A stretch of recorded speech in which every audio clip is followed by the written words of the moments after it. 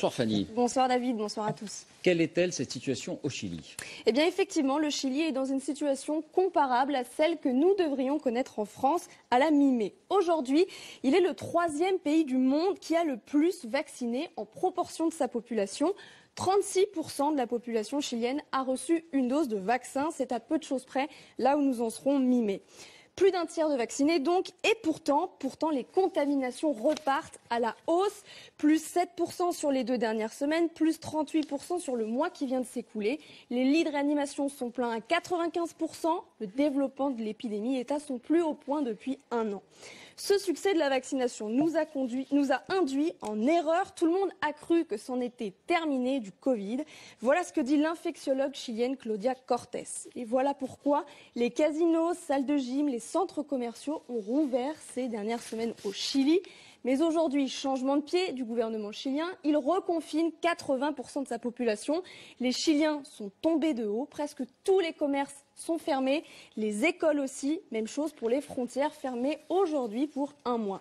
Conclusion donc du président de la Société chilienne des soins intensifs, Darwin Acuna, vaccination et hausse des infections sont des phénomènes qui évoluent sur des voies totalement distinctes. Et est-ce qu'il y a d'autres exemples, Fanny, enfin il y en a, de pays où un tiers de la population a été vaccinée, donc comme ce sera le cas chez nous au 15 mai? Oui, il y a aussi le Bahreïn. 31% de la population y a reçu une dose de vaccin. 5e pays qui a le plus vacciné, là encore, en proportion de sa population. Eh bien, là aussi, les contaminations repartent jusqu'à atteindre des records pour le pays depuis le début de l'épidémie. Plus 996 nouveaux cas en moyenne chaque jour sur la semaine qui vient de s'écouler. C'est 40% de plus en 2 semaines, 66% de plus en 1 mois. Là encore, le Bahreïn avait tout rouvert il y a 2 à 3 semaines grâce à sa vitesse de vaccination. Restaurants, bars, piscines, salles de sport. Et il faut peut-être s'attendre donc à une refermeture de tous ces établissements.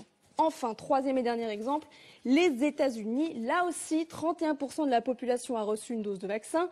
4e pays au monde en termes de vaccination proportionnellement à la population. Et là encore, après des semaines de grand optimisme, les contaminations repartent depuis 15 jours, plus 64 001 contaminations en moyenne chaque jour sur les 7 derniers jours.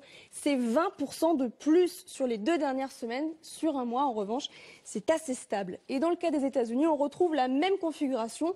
Tout était en train de rouvrir, les restaurants, les cinémas, les boîtes de nuit, les salles de sport et même les salles de spectacle, notamment à New York.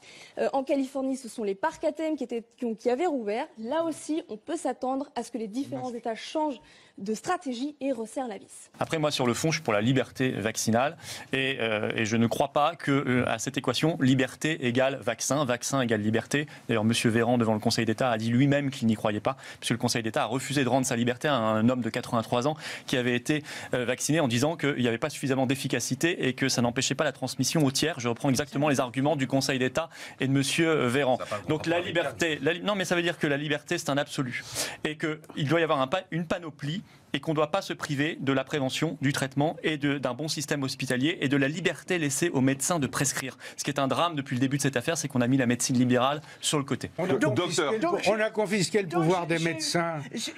On a interdit aux médecins de soigner. Je me rappelle ce que disait En Marche. Ça va finir. Bon, c'est pas grave. Oui, parce que c'est important quand même de vous interrompre, madame, parce qu'il ne faut pas nous raconter des coups. Bah, attendez. Je peux parler, madame? Mais je vous parle de mon On a interdit aux médecins de soigner.